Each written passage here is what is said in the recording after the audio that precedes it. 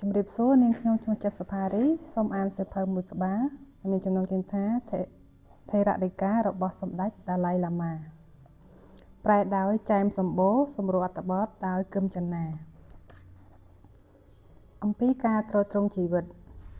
1. សតិសម្បជញ្ញៈបានប្រាប់ឲ្យយើងដឹងថាជីវិតមនុស្សខ្លីណាស់ដូច្នេះហើយមធ្យោបាយដែលនឹងធ្វើឲ្យជីវិតរស់នៅលើលោកនេះរលូនបំផុតគឺការធ្វើរឿងដែលជាប្រយោជន៍ចំពោះខ្លួនឯងផងនិងអ្នកដទៃផង 2. ក្នុងឋានៈដែលយើងបានកើតមកជាមនុស្សយើងគ្រប់គ្នាសុទ្ធតែមានសក្តានុពលដូចគ្នាលើកលែងតែមនុស្សដែលមានបញ្ហាខាងខួរក្បាលប៉ុណ្ណោះខួរក្បាលដ៏អស្ចារ្យរបស់មនុស្សជាប្រភពកំណើតនៃភាពខ្លាំងក្លាភាពរឹងមាំនិងជាប្រភពកំណើតនៃអនាគតរបស់យើងផងដែរប្រសិនបើយើងប្រើវាឲ្យកើតជាប្រយោជន៍ក្នុងផ្លូវដែលត្រឹមត្រូវប៉ុន្តែខួរក្បាលដែលពោរពេញទៅដោយភាពឈ្លាសវៃរបស់យើងនេះមានទំនោរទៅរកក្តីអាក្រក់ខ្លាំងណាស់ដូច្នេះប្រសិនបើយើងប្រើវានៅក្នុងផ្លូវខុសនោះវានឹងនាំយើងទៅរកផ្លូវនៃក្តីវិនាសជាមិនខានឡើយ 3. ខ្ញុំគិតថាមនុស្សជាសត្វដែលមានសតិសម្បជញ្ញៈលើសត្វទាំងឡាយដែលមានជីវិតនៅលើលោកនេះមនុស្សមិនគ្រាន់តែមានសក្តានុពលក្នុងការសាងសេចក្តីសុខឲ្យខ្លួនឯងប៉ុណ្ណោះទេថែមទាំងអាចជួយសាងសេចក្តីសុខឲ្យដល់អ្នកដទៃទៀតផងដែរព្រោះមនុស្សមានសមត្ថភាពសាងខ្លួនឯងតាមបែបធម្មជាតិតាំងពីកំណើតមកតែរឿងដែលសំខាន់នោះគឺមនុស្សត្រូវធ្វើដូចម្តេចទើបអាចរក្សាធម្មជាតិនេះឲ្យបានជាប់ជាប្រចាំយើងមិនអាចបង្កើតជាប្រយោជន៍ចំពោះខ្លួនឯងបានទេប្រសិនបើយើងមិនបំពេញប្រយោជន៍ដល់អ្នកដទៃជាមុនសិនទេនោះមិនថាយើងចូលចិត្តឬមិនចូលចិត្តនោះទេមនុស្សយើងគ្រប់គ្នាសុទ្ធតែមានចំណែកពាក់ព័ន្ធនឹងគ្នាដូច្នេះទើបយើងមិនគួរគិតថាយើងនឹងមានសេចក្តីសុខតែម្នាក់ឯងបានឡើយព្រោះនរណាក៏ដោយដែលគិតតែសេចក្តីសុខរបស់ខ្លួនឯងនៅទីបំផុតអ្នកនោះនឹងជួបតែសេចក្តីទុក្ខវិញមិនខានឡើយចំណែកអ្នកដែលគិតតែពីសេចក្តីសុខរបស់អ្នកដទៃហើយមិនសូវខ្វល់ខ្វាយដល់ក្តីសុខរបស់ខ្លួនឯងតែបើពេលមួយយើងងាកមកគិតពីប្រយោជន៍ផ្ទាល់ខ្លួនវិញនោះជាដំបូងសូមឲ្យយើងបានគិតពីប្រយោជន៍ផ្ទាល់ខ្លួននោះយ៉ាងមានសតិនិងជួយសង្គ្រោះអ្នកដទៃផង 5. បើយើងមិនដឹងពីវិធីបែងចែកភាពខុសគ្នារវាងរឿងដែលចាំបាច់បំផុតនិងរឿងធម្មតានោះទេវាជាហេតុធ្វើឲ្យយើងចំណាយជីវិតទៅជាមួយការដេញតាមចំណង់តណ្ហារបស់ចិត្តដែលវាតែងតែរត់គេចនិងគេចវេះពីយើងរហូតហើយវានឹងបន្សល់ទុកត្រឹមតែសេចក្តីអស់សង្ឃឹមដល់យើងវិញប៉ុណ្ណោះយើងព្យាយាមធ្វើឲ្យមានសេចក្តីសុខជាទីបំផុតមិនថាជាលំបាកលំបិនប៉ុណ្ណោះទេហើយយើងក៏មិនដែលគិតថាយើងកំពុងធ្វើឲ្យប៉ះពាល់ដល់អ្នកដទៃឬក៏អត់នោះទេបើហើយយើងចាត់ត្រៀមគ្រប់សពបែបយ៉ាងដើម្បីប្រម៉ែប្រមូលថែរក្សាទ្រព្យសម្បត្តិទុកទោះបីជាដឹងថាវាមិនមែនជាទ្រព្យរបស់ខ្លួនជារឿងរហូតនោះទេឬក៏មិនបានធ្វើឲ្យយើងមានសេចក្តីសុខពិតប្រាកដអ្វីដែរ 6. ចិត្តរបស់យើងពោរពេញទៅដោយសេចក្តីទោសៈក្តីច្រណែនឫស្យានិងអារម្មណ៍អវិជ្ជមានជាច្រើនអនេកទើបយើងមិនដឹងថាអារម្មណ៍ទាំងនោះវាមិនជួយឲ្យយើងមានសេចក្តីសុខនិងដុសដាលនៅសតិបញ្ញាយើងឡើយ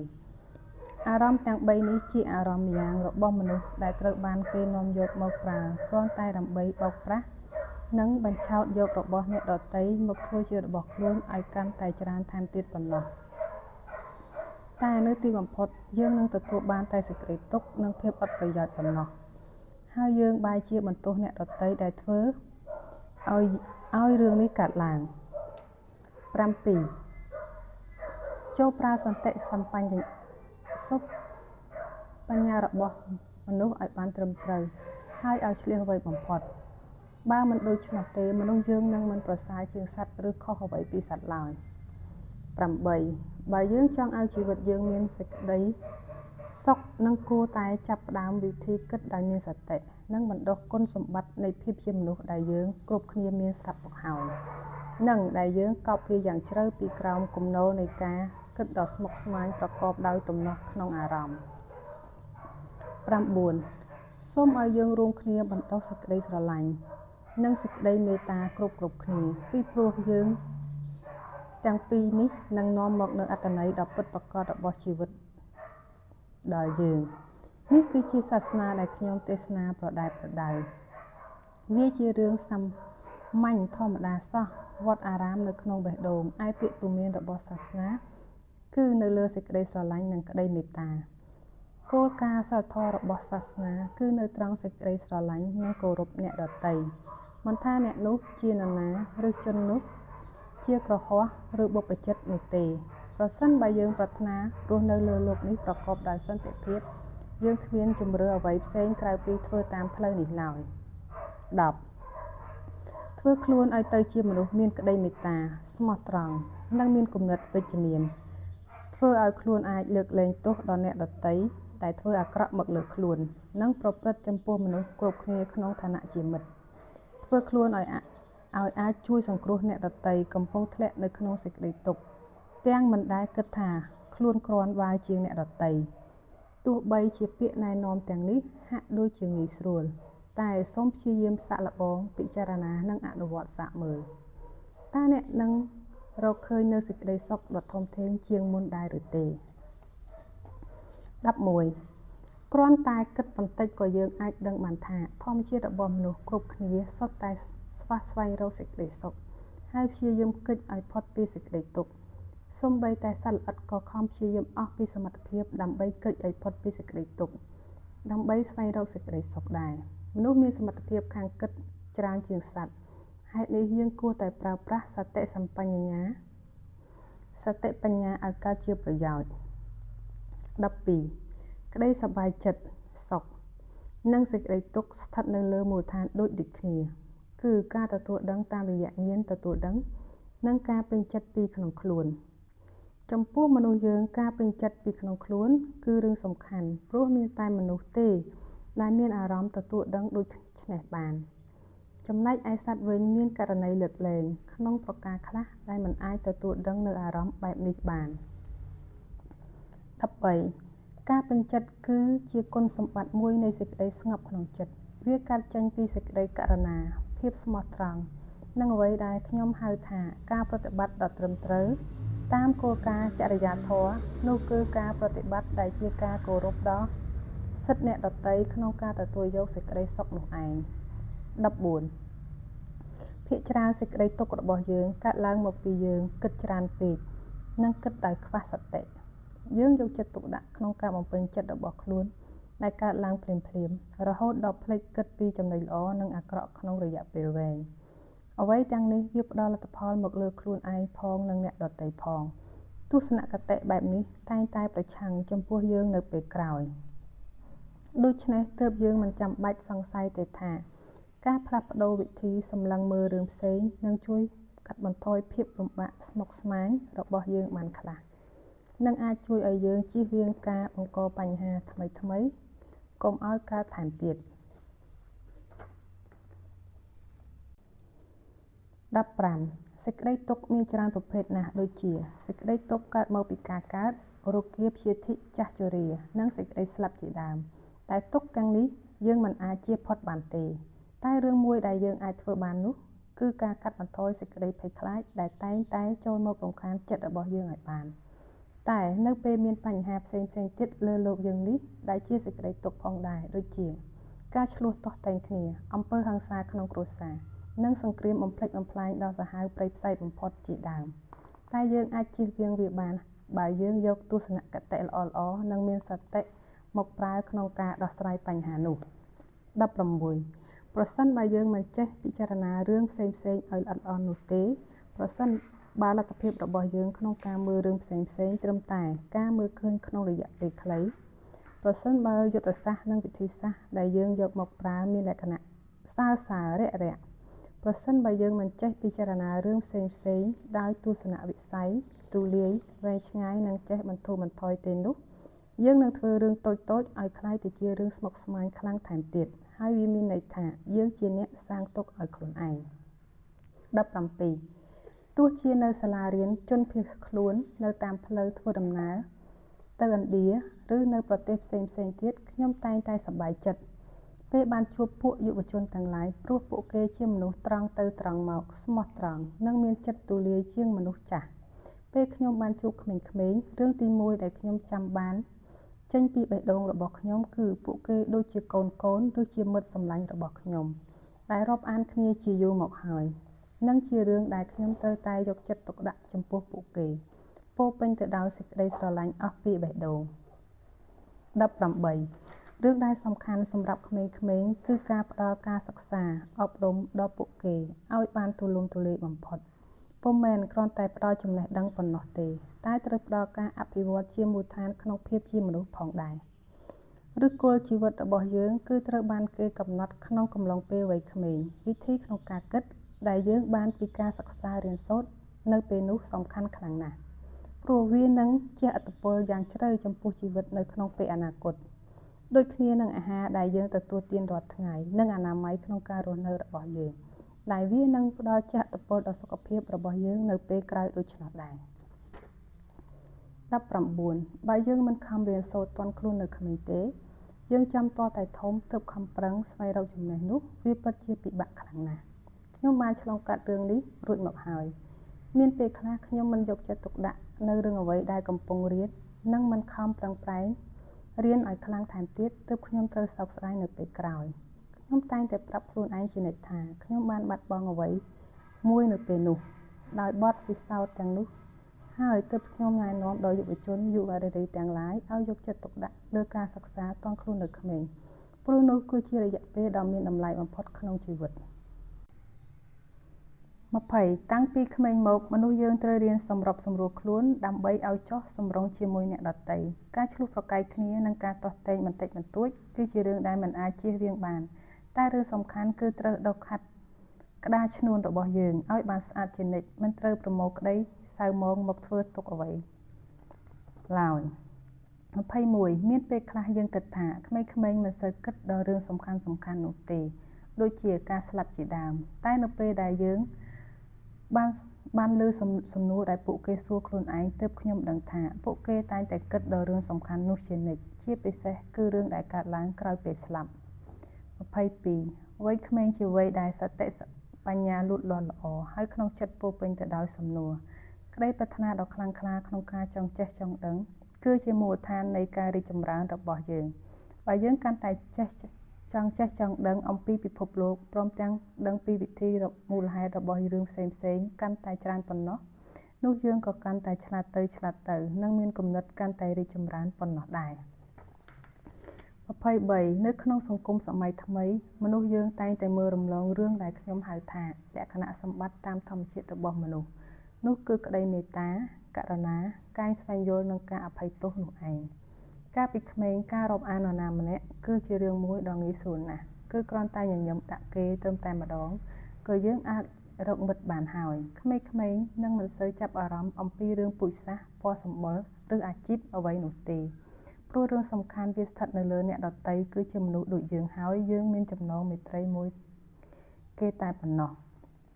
24 ពេលធំឡើងទំនាក់ទំនងជាមួយអ្នកដទៃក៏កាន់តែថយចុះបន្តិចម្ដងហើយការផ្ដល់សារៈសំខាន់ទៅលើការស្រឡាញ់ភាពជាមិត្តនិងការជួយគ្នាទៅវិញទៅមកក៏ថយចុះទៅវិញដែរហើយយើងងាកទៅមើល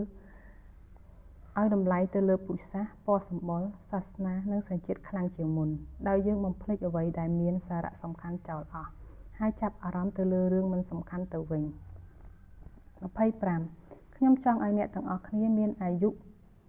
រវាងពី15ទៅ16ឆ្នាំប៉ុណ្ណោះសូមកុំលះបង់ភាពស្រស់បំព្រងដោយការពីនៅក្មេងនោះឲ្យសោះចូលរក្សាតម្លៃរបស់វាឲ្យជាប់ជានិច្ចចូលយើងសាកល្បងគិតពិចារណាចុះឡើងអំពីអ្វីដែលសាងភាពជាមនុស្សនៅក្នុងចិត្តរបស់យើងហើយប្រើវាដើម្បីសាងភាពជឿជាក់ដោយធម្មជាតិក្នុងខ្លួនព្រមទាំងស្វែងរកភាពជឿជាក់របស់ខ្លួនឲ្យយើងរឿងសំខាន់គឺជាការទទួលស្គាល់តាំងពីដំបូងទៅថាវាពុំមែនជារឿងងាយប៉ុន្មានទេក្នុងការសាងជីវិតឲ្យមានប្រយោជន៍ច្រើនបំផុតហើយក៏មិនត្រូវបាត់បង់សេចក្តីក្លាហាននៅពេលជួបនឹងបញ្ហាអ្វីមួយដែរគឺត្រូវពឹងផ្អែកលើភាពរឹងមាំដែលមាននៅក្នុងចិត្តធ្វើជាគោល 26មនុស្សយើងតែងតែជាប់ជំពាក់នឹងការលើកតម្លៃខ្លួនឯងនិងសិទ្ធិផ្ទាល់ខ្លួនដែលគិតតែអំពីរឿងខ្លួនឯងដោយមិនព្រមសម្របទៅតាមគន្លងធម៌ដែលសង្គមឬប្រពៃណីបានកំណត់ទុកនោះទេយើងអាចគិតថាវាជារឿងល្អតែផ្ទុយទៅវិញការទទួលយកព័ត៌មានតែពីខាងក្រៅតាមរយៈប្រព័ន្ធផ្សព្វផ្សាយជាពិសេសតាមទូរទស្សន៍រហូតក្លាយជាប្រភពអះអាងតែមួយគត់របស់យើងនិងជាប្រភពផ្ដល់កម្លាំងចិត្តតែមួយគត់ផងដែរតែការពឹងផ្អែកយ៉ាងលំអៀងជ្រុលបែបនេះធ្វើឲ្យយើងមិនអាចឈរលើគុណតម្លៃផ្ទាល់របស់ខ្លួនបានព្រមទាំងមិនអាចយកមកប្រើជាប្រយោជន៍អ្វីបានដែរហើយជាលទ្ធផលគឺយើងខ្វះភាពជឿជាក់តាមធម្មជាតិរបស់ខ្លួនឯង27សម្រាប់ខ្ញុំគិតថាការជឿទុកចិត្តលើខ្លួនឯងនិងសមត្ថភាពដែលនឹងឈរលើជំហររបស់ខ្លួនឯងគឺជារឿងដ៏សំខាន់ប្រសិនបើយើងចង់សម្រេចឲ្យបានជោគជ័យដោយមិននិយាយអំពីការជឿលើខ្លួនឯងបែបល្ងងខ្លៅនោះទេតែខ្ញុំចង់និយាយដល់ការទទួលដឹងអំពីសក្តានុពលក្នុងខ្លួនដែលយើងប្រើដើម្បីកែលម្អឥរិយាបថរបស់ខ្លួនអភិវឌ្ឍខ្លួនឯងបង្កើនអត្ថប្រយោជន៍ដល់ខ្លួនឯងនិងទទួលស្គាល់ថាមិនដែលមានសេចក្តីអស់សង្ឃឹមទេទោះជារឿងអ្វីក៏ដោយ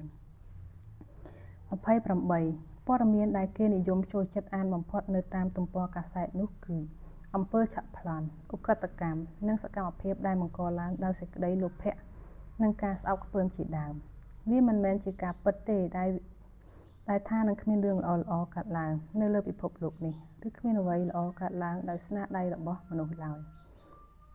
តើមិនមានអ្នកណាមើលថែអ្នកជំងឺក្មេងកំព្រាមនុស្សចាស់ជរានិងជនពិការដោយមិនគិតពីកម្រៃតបស្នងទេឬតាមពិតទៅរឿងបែបនេះកើតឡើងជាច្រើនមកហើយនៅលើពិភពលោកនេះតែយើងមានទម្លាប់ចាប់អារម្មណ៍ទៅលើតែសកម្មភាពអកុសលទាល់តែស៊ាំទៅហើយ29តាមធម្មជាតិខ្ញុំជឿថាក្នុងជម្រៅចិត្តរបស់យើងមិនចូលចិត្តការ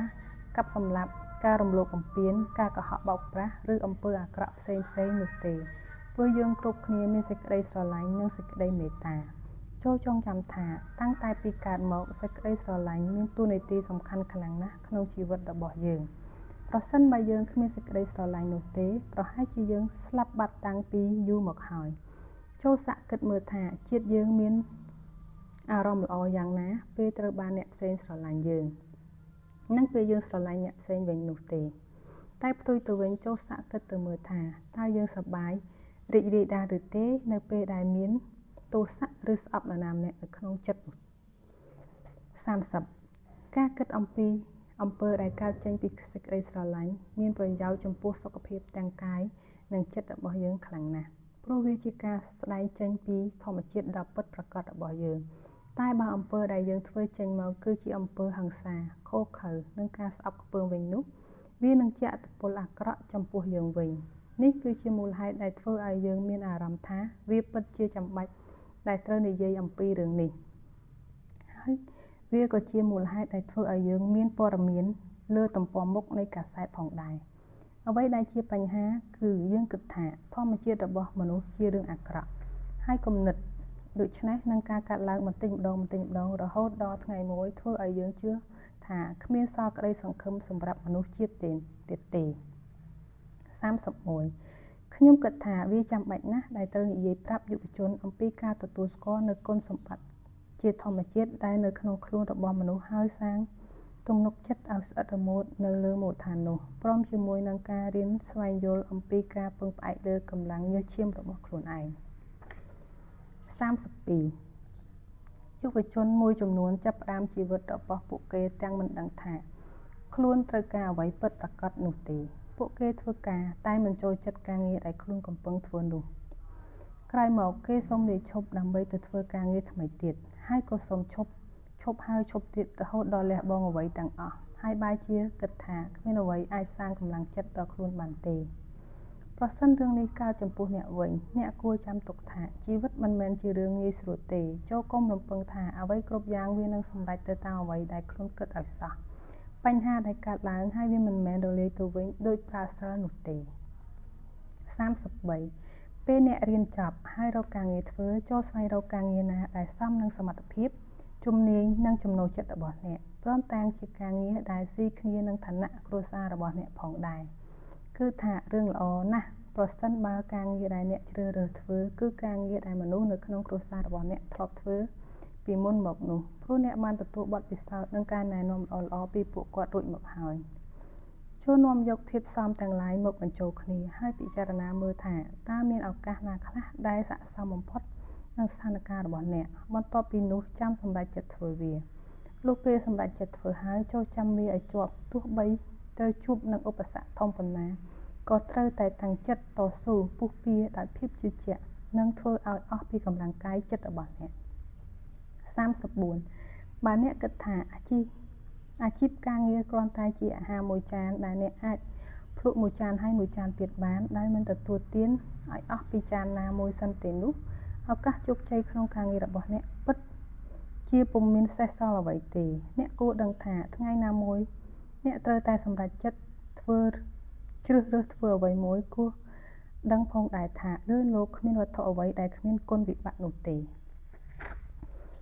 35ពេលខ្លះខ្ញុំគិតថាមនុស្សយើងប្រៀបដូចកូនក្មេងដែលត្រូវគេទម្រើសឲ្យខូចមនុស្សអស់ពេលយើងនៅក្មេងៗយើងត្រូវពឹងពាក់ម្ដាយឪពុកលុះដល់វ័យសិក្សាយើងក៏ទទួលការអប់រំអាហារនិងការស្លៀកពាក់ជាដើមពីពួកគាត់ទាំងនេះជាបញ្ហារបស់យើងសិស្សបែរធ្លាក់លើស្មាអ្នកផ្សេងទៅវិញលុះដល់ពេលយើងត្រូវទទួលខុសត្រូវចំពោះជីវិតខ្លួនឯងនិងថែមទាំងត្រូវទទួលបន្ទុកដោយខ្លួនឯង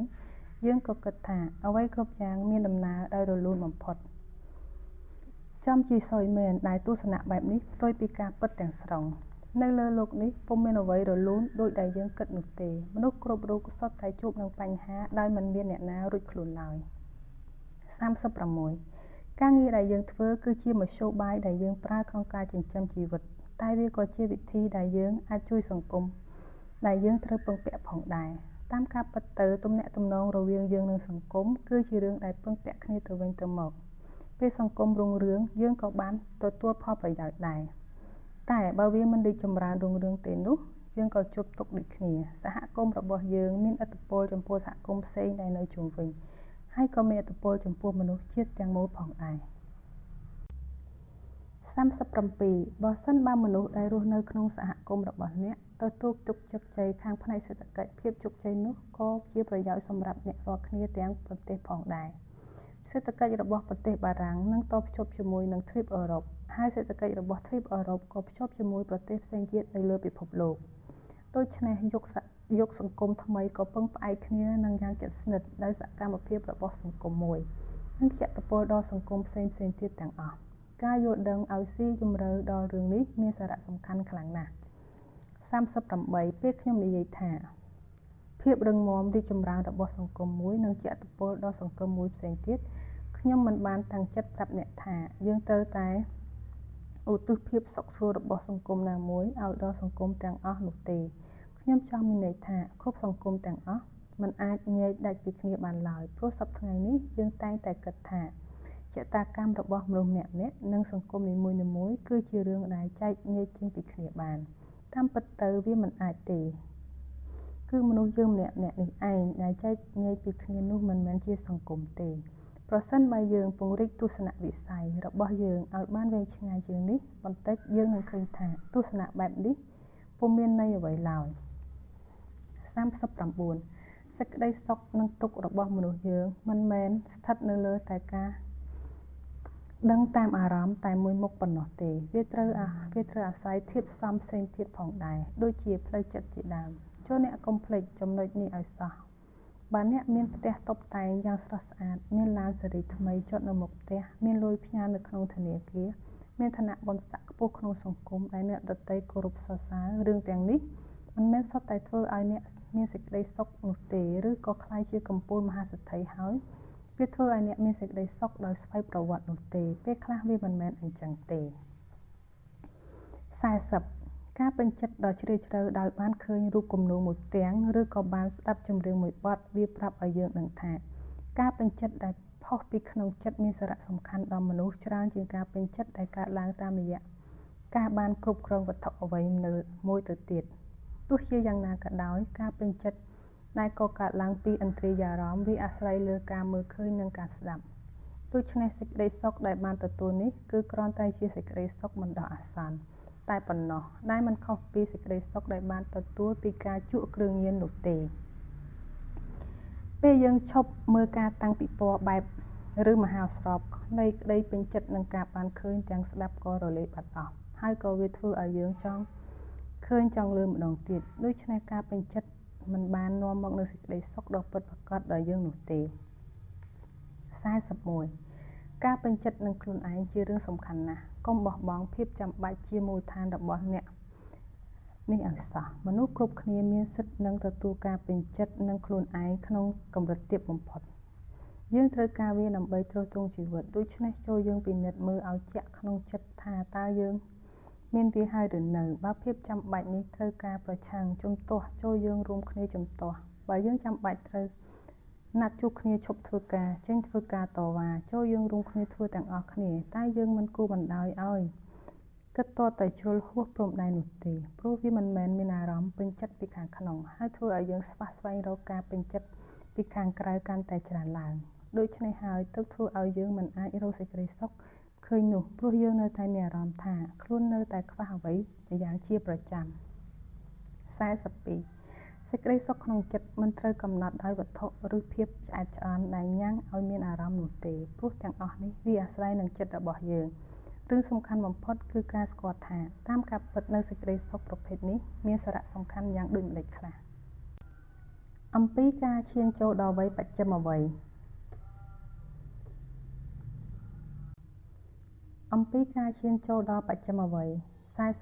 43ពេលយើងឆ្លងចូលវ័យចាស់ជរាដោយមិនជឿសាសនាណាមួយទេនោះអ្វីសំខាន់បំផុតដែលយើងត្រូវដឹងគឺក្តីទុក្ខជាមូលដ្ឋានដែលយើងត្រូវទទួលគឺការកើតចាស់ឈឺស្លាប់ដែលវាទាំងអស់នោះហើយគឺជាធាតុផ្សំមួយរបស់ជីវិតដែលជាប់នឹងខ្លួនតាំងពីកំណើតមកព្រោះការដែលយើងកើតមកហើយគឺមិនអាចគិតផុតពីការចាស់ជរារោគរាពជាធិនិងសេចក្តីស្លាប់នោះបានឡើយជីវិតគឺវាដូច្នេះហេតុនេះវាគ្មានប្រយោជន៍អ្វីទេក្នុងការដែលនិយាយថាវាមិនយុត្តិធម៌ឬគួរតែផ្សេងពីនេះនោះឡើយ44តាមគោលការណ៍ព្រះពុទ្ធសាសនាការដែលយើងមានជីវិតរស់នៅយូរអង្វែងទៅបានដោយសារកុសលផលបុណ្យដែលយើងបានធ្វើពីអតីតជាតិមកប៉ុន្តែបើអ្នកមិនមែនជាពុទ្ធសាសនិកជនទេនោះចូលគិតមើលថាយើងគ្រាន់បើជាមនុស្សដែលកើតមកហើយស្លាប់ទៅវិញនៅពីតូចដូច្នេះយើងសំណាងហើយដែលមានជីវិតមកដល់ថ្ងៃនេះចូលប្រើជីវិតរបស់យើងឲ្យមានសេចក្តីសុខចុះ45បើដំណាក់កាលដំបូងនៃជីវិតរបស់អ្នកបានល្អគ្រប់យ៉ាងហើយសូមឲ្យអ្នកចងចាំទុកថាពេលនោះអ្នកបានជួបសង្គមរបស់អ្នកហើយការងារដែលអ្នកធ្វើមានប្រយោជន៍ចំពោះសង្គមនិងប្រតិបត្តិទៅដោយចេតនាល្អបរិសុទ្ធដើម្បីកុំឲ្យអ្នកមានអារម្មណ៍សោកស្ដាយនៅថ្ងៃនេះ46ប្រសិនបើអ្នកជាមនុស្សដែលជឿលើសាសនាចូលធ្វើការសូត្រមន្តនិងធ្វើសមាធិតាមផ្លូវសាសនារបស់អ្នកចុះបើធ្វើទៅហើយចិត្តរបស់អ្នកនៅតែមិនស្រស់ថ្លាទៀតចូលពិចារណាគិតដល់រឿងពិតដែលថាការកើតចាស់ឈឺស្លាប់ជាផ្នែកមួយនៃជីវិតរបស់មនុស្សគ្រប់គ្នានេះគឺជារឿងដែលយើងមិនអាចគេចផុតការដឹងទទួលស្គាល់វាធ្វើឲ្យអ្នកចូលវ័យចាស់ជរាដោយស្ងប់ចិត្តបាន47មិនយូរប៉ុន្មានទេខ្ញុំនឹងមានអាយុ68ឆ្នាំហើយពេលខ្លះខ្ញុំពិតជាមិនអាចទទួលយកការបានសោះពេលដែលរាងកាយខ្ញុំចាស់ទ្រុឌទ្រោមទៅតាមពេលវេលាកន្លងទៅយ៉ាងដូច្នោះខ្ញុំមានអារម្មណ៍ថាវាជារឿងពិបាកណាស់ក្នុងការទទួលយកសភាពរាងកាយដែលខ្លួនឯងកំពុងคล้ายដូចនេះ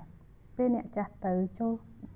ដឹងថាការពិតនៃការចាស់គឺវាមានន័យយ៉ាងដូចម្តេចហើយព្យាយាមពិចារណាឲ្យកើតជាប្រយោជន៍ឡើងដោយមិនកុហកខ្លួនឯង48ចូលសួរខ្លួនឯងមើលថាតើអ្នកអាចជួយសង្គមដែលខ្លួនកំពុងរស់នៅ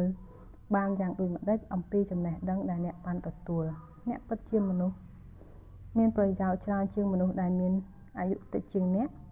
ចូលនិទានរឿងជីវិតរបស់អ្នកឲ្យគ្រួសារនិងមនុស្សដែលអ្នកស្រឡាញ់ស្ដាប់ហើយចែករំលែកបទពិសោធន៍ដែលអ្នកទទួលបានជាមួយពួកគេបើអ្នកមានសេចក្តីសុខនឹងការនៅជាមួយចៅចូលភ្ជាប់ការយោគយល់របស់អ្នកឲ្យចូលគ្នាជាមួយចៅដែលអ្នកកំពុងមើលថែនិងជួយផ្ដល់ចំណេះដឹងដល់ពួកគេផងដែរជាងនេះទៅទៀតចូលកុំបណ្ដោយជីវិតឲ្យដូចជាមនុស្សចាស់ដែលចេះតែរអ៊ូរទាំនិងរករឿងឈ្លោះប្រកែកជាមួយក្មេងៗ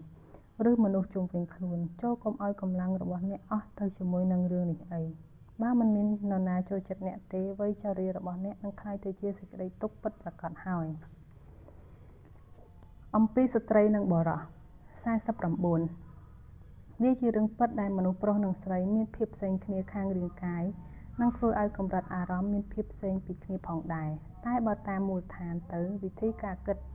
អារម្មណ៍និងទស្សនៈផ្សេងចរិតលក្ខណៈផ្សេងគឺមានដូចគ្នាបុរសធ្វើការបានធ្ងន់ល្អជាងស្ត្រីចំណែកស្ត្រីធ្វើការមានប្រសិទ្ធភាពច្រើនជាងបុរសជាមួយការងារដែលប្រើការគិតភាពស្រស់ស្រាយនិងរហ័សរហួនបុរសនិងស្ត្រីច្រើនតែប្រហាក់ប្រហែលគ្នាបើយើងគិតឲ្យបានល្អិតល្អន់50បើមិនមានភាពខុសគ្នាជាមូលដ្ឋានរបស់បុរសនិងស្ត្រីទេវានឹងធ្វើឲ្យអ្នកទាំងពីរមានសិទ្ធិស្មើគ្នាដូច្នេះការបែងចែកណាក៏ដោយគឺជារឿងដែលមិនយុត្តិធម៌ទេរឿងអ្វីដែលបុរសចង់បាននឹងអាចធ្វើបានស្ត្រីក៏ចង់បាននឹងអាចធ្វើបានដូចគ្នាដែរពេលណាដែលសិទ្ធិរបស់ពួកគេត្រូវគេជន់ឈ្លីស្ត្រីគួរតែទាមទារសិទ្ធិហើយបុរសគួរតែជួយគាំទ្រដល់ការទាមទារនោះខ្ញុំផ្ទាល់បានមកតស៊ូនៅឥណ្ឌាជាង20ឆ្នាំហើយដើម្បីឲ្យស្ត្រីបានទទួលការសិក្សាអប់រំនិងមានការងារធ្វើឲ្យស្មើជាមួយនឹងបុរសនៅគ្រប់ជាន់ថ្នាក់នៅក្នុងសង្គមទីបេ51តាមគោលការណ៍របស់ព្រះពុទ្ធសាសនាបុរសនិងស្ត្រីមិនអាចមានភាពខុសគ្នាសូម្បីតែបន្តិចឡើយដែលយើងតែងតែនាំគ្នាហៅថាជាគុណសម្បត្តិរបស់ពុទ្ធសាសនិកជនឬក៏សក្តានុពលភាពនៃការត្រាស់ដឹងហេតុនេះទើបពួកគេមានសិទ្ធិស្មើគ្នាដោយពិតប្រាកដ52តាមប្រពៃណីខ្លះបុរសនិងស្ត្រីត្រូវញែកចេញពីគ្នាដែលទាំងអស់នេះធ្វើទៅតាមហេតុផលរបស់សង្គមនិងវប្បធម៌នាការជូណាបានសរសេរក្នុងសៀវភៅផ្កាដ៏មានតម្លៃអំពីគុណវិបត្តិនៅក្នុងរាងកាយរបស់ស្ត្រីតែគាត់មិនមានចេតនាក្នុងការបង្ហាញឲ្យឃើញថាស្ត្រីមានឋានៈទាបជាងបុរសឡើយតែដោយសារអ្នកបួសភាគច្រើនជាមនុស្សប្រុសដែលគោលបំណងរបស់គាត់ក្នុងការនាំយករឿងគុណវិបត្តិរបស់ស្ត្រីមកសរសេរក៏ព្រោះដើម្បីជួយបុរសទាំងនោះឲ្យយកឈ្នះកម្លាំងប្រាថ្នាដែលមានចំពោះរាងកាយស្ត្រីឲ្យបានចំណែកឯយាយជីទាំងឡាយក៏គួរពិចារណារាងកាយរបស់បុរសបានដូចគ្នាដែរ53កិច្ចការជាប្រចាំខ្ពស់បំផុតរបស់ព្រះពុទ្ធសាសនិកកាយវិជ្ជាមិនត្រឹមតែហាមមិនឲ្យមានការបែងចែកគ្នារវាងបុរសនិងស្ត្រីប៉ុណ្ណោះទេថែមទាំងសង្កត់ធ្ងន់ទៀតថាស្ត្រីភេទជាភេទដែលទទួលនាទីសំខាន់ផងដែរហើយការជិះជាន់ស្ត្រីភេទចាត់ថាជាការល្មើសនឹងពាក្យសច្ចាប្រណិធានអំពីគ្រួសារ54គ្រួសារជាមូលដ្ឋានគ្រឹះដ៏សំខាន់បំផុតក្នុងសង្គមជាតិបើគ្រួសារស្ថិតនៅក្រោមការមើលថែយ៉ាងស្ងប់សុខនិងមើលឃើញពីតម្លៃនៃភាពជាមនុស្សមិនគ្រាន់តែឪពុកម្ដាយប៉ុណ្ណោះទេដែលមានសេចក្តីសុខនិងរួចផុតពីក្តីខកខ្វាយនោះសូម្បីតែកូនចៅរួមទាំងអ្នកបន្តវេនជំនាន់ក្រោយនៃគ្រួសារនោះក៏មានសេចក្តីសុខផងដែរបើឪពុកម្ដាយជឿលើសាសនាកូនក៏នឹងជឿដូចគ្នាបើឪពុកម្ដាយនិយាយសេចក្តីសុភាពរាបសារចំពោះគ្នានិងប្រព្រឹត្តខ្លួនទៅតាមគោលសីលធម៌ស្រឡាញ់គោរពគ្នាទៅវិញទៅមកឬឪពុកម្ដាយចូលចិត្តជួយអ្នកមានទុកដែលពោពេញដោយសេចក្តីព្រួយបារម្ភអំពីមនុស្សជុំវិញក៏នឹងកើតជាទម្លាប់និស្ស័យដែលធ្វើឲ្យកូនប្រព្រឹត្តប្រតិបត្តិតាមនិងក្លាយជាមនុស្សដែលចេះទទួលខុសត្រូវនៅថ្ងៃក្រោយជាមិនខានផ្ទុយទៅវិញបើឪពុកម្ដាយចូលចិត្តឆ្លោះប្រកែកគ្នាគ្មានលួសថ្ងៃមើលងាយគ្នាបើពួកគាត់ធ្វើរឿងអ្វីដែលមិនគិតដល់ចិត្តអ្នកដទៃក្រៅពីពួកគាត់មិនមានសេចក្តីសុខហើយនោះកូនទាំងអស់របស់គាត់ក៏ធ្លាក់ទៅជាជនរងគ្រោះនៃឥទ្ធិពលដែលឪពុកម្ដាយបានធ្វើនោះដល់ជៀសមិនផុតឡើយ55ក្នុងឋានៈជាពុទ្ធនគជនម្នាក់ខ្ញុំតែងតែប្រាប់ជនជាតិទីបេថាគ្មានចំណុចណាដែលពួកគេត្រូវអភិវឌ្ឍឬបង្កើតពាក្យទូន្មានរបស់ព្រះពុទ្ធអង្គមកថ្មីបានទៀតនោះទេព្រោះពាក្យទូន្មានទាំងអស់នោះមាននៅក្នុងគ្រួសាររបស់ពួកគេរួចទៅហើយដូច្នេះឪពុកម្ដាយគួរបញ្ចេញជំនឿរបស់ខ្លួនអប់រំកូននិងជាអ្នកចង្អុលផ្លូវចិត្តវិញ្ញាណដល់ពួកគេឪពុកម្ដាយមិនគួរពេញចិត្តត្រឹមតែឲ្យកូនមើលរូបហើយអធិប្បាយថានេះតំណាងឲ្យព្រះពុទ្ធជាម្ចាស់អង្គនេះអង្គនោះប៉ុណ្ណោះទេពួកគាត់ត្រូវអធិប្បាយឲ្យបានល្អិតល្អន់ជាងនេះគឺព្រះពុទ្ធជាម្ចាស់ជានិមិត្តរូបនៃសេចក្តីមេត្តានិងសតិបញ្ញាខ្ពស់បំផុតលើសពីនេះទៅទៀតឪពុកម្ដាយយល់ពីការទូន្មានរបស់ព្រះពុទ្ធច្រើនប៉ុណ្ណាគាត់ក៏នឹងមានឥទ្ធិពលផ្នែកល្អដល់កូនបានច្រើនប៉ុណ្ណោះដែរចំណុចនេះអាចយកទៅប្រើប្រាស់បានសាសនានិងវប្បធម៌ទាំងអស់ 56គ្រួសារនីមួយៗមានឥទ្ធិពលចំពោះគ្រួសារមួយទៀតនិងគ្រួសារមួយទៀតនឹងមានឥទ្ធិពលចំពោះ10គ្រួសារទៀតនិង10គ្រួសារនោះនឹងមានឥទ្ធិពលចំពោះ100គ្រួសារទៀតនិង100គ្រួសារនោះនឹងមានឥទ្ធិពលចំពោះ1000គ្រួសារទៀតហើយសង្គមទាំងមូលក៏ល្អប្រសើរឡើងតាមនឹងដែរ57មនុស្សខ្លះរអ៊ូថាមនុស្សសម័យនេះលែងមានទំនាក់ទំនងនឹងគ្នាតទៅទៀតហើយដោយហេតុថានៅក្នុងប្រទេសដែលពុំសូវមានការរីកចម្រើនខាងផ្នែកឧស្សាហកម្មប្រជាជនតែងប្រព្រឹត្តខ្លួនមានការទទួលខុសត្រូវច្រើនជាងប្រទេសដែលមានឧស្សាហកម្មជឿនលឿនពួកគេគួរតែប្រយ័ត្នប្រយែងក្នុងការឲ្យនិយមន័យពាក្យដូចនេះដូចជានៅតំបន់មួយនៃប្រទេសឥណ្ឌាតាមជើងភ្នំហេម៉ាឡ័យដែលជាទីកន្លែងពិបាកនឹងចូលទៅដល់ណាស់ដូច្នេះហើយទើបទីនោះរួចផុតពីផលប៉ះពាល់ខាងផ្នែកបច្ចេកវិទ្យាសម័យថ្មីវាជារឿងពិតមួយដែលថាទីកន្លែងមួយនេះមានអំពើចោរកម្មនិងឃាតកម្មតិចជាងនៅតាមតំបន់ទីក្រុងធំៗមួយចំនួនចំណែកឯប្រជាជនវិញក៏ពេញចិត្តនឹងជីវភាពរស់នៅយ៉ាងដូចគ្នាដែរមានកន្លែងខ្លះវាជាប្រពៃណីទៅហើយដែលត្រូវបើកទ្វារផ្ទះចំហចោលពេលម្ចាស់ផ្ទះមិននៅឬទៅចេញទៅខាងក្រៅដើម្បីឲ្យភ្ញៀវដែលមករកអាចអង្គុយចាំក្នុងផ្ទះបានដោយរីករាយដើម្បីរង់ចាំម្ចាស់ផ្ទះត្រឡប់មកវិញផ្ទុយទៅវិញនៅទីក្រុងធំៗដូចជានៅញូដេលីជាដើមមានអំពើឃាតកម្មជាច្រើនអនេកមនុស្សម្នាមិនសូវមានសេចក្តីសុខជាមួយនឹងជោគវាសនារបស់ពួកគេឡើយរហូតដល់កើតមានបញ្ហារាប់មិនអស់តែតាមការកំណត់របស់ខ្ញុំគិតថាយើងគិតខុសហើយដែលយករឿងនេះមកដោះសារឬក៏ជាលេសក្នុងការសម្រេចថាការរីកចម្រើនខាងផ្នែកសេដ្ឋកិច្ចនិងបច្ចេកវិទ្យាគឺជារឿងដែលមិនគួរឲ្យកើតមានឡើយព្រោះវានាំឲ្យមានបញ្ហាស្មុគស្មាញជាច្រើនយើងគួរត្រឡប់ទៅរស់នៅដូចសម័យមុនវិញល្អជាង58កម្រិតការយល់ដឹងនិងទំនាក់ទំនងដែលជួបប្រទះនៅក្នុងសង្គមដែលប្រកាន់ខ្ជាប់តាមទំនៀមទម្លាប់ប្រពៃណីតែងតែត្រួតត្រាដោយលក្ខខណ្ឌដើម្បីរក្សាភាពគង់វង្សហើយទទួលបានការពេញចិត្តអាស្រ័យទៅលើការមើលរំលងពីវិធីជីវិតបែបផ្សេងដទៃចូលសាកល្បងសួរពួកពនេចរជនជាតិទីបេមើលថាតើពួកគេចង់បានកិច្ចការពារដែលល្អប្រសើរជាងមុនដែរឬទេអំពីការស្រេបរកក្នុងរដូវរងានោះឬសួរថាតើគេត្រូវការចង្ក្រានដែលមិនឲ្យមានផ្សែងខ្មៅប្រឡាក់ដល់ខ្ទមរបស់ពួកគេដែរឬទេឬតើពួកគេត្រូវការថែរក្សាព្យាបាល